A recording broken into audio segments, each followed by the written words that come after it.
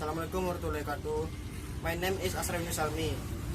I want to tell about how to make coffee. It is ingredient: sugar, hot water, coffee. It is tools: spoon and glass.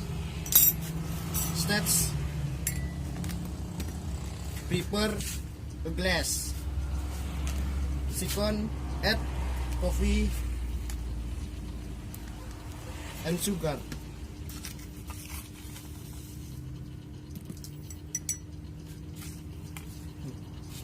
Third, add hot water.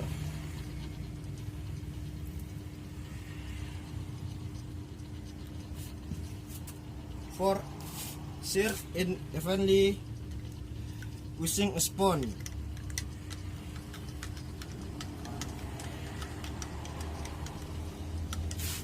Fifth, the coffee is ready to serve it and drink.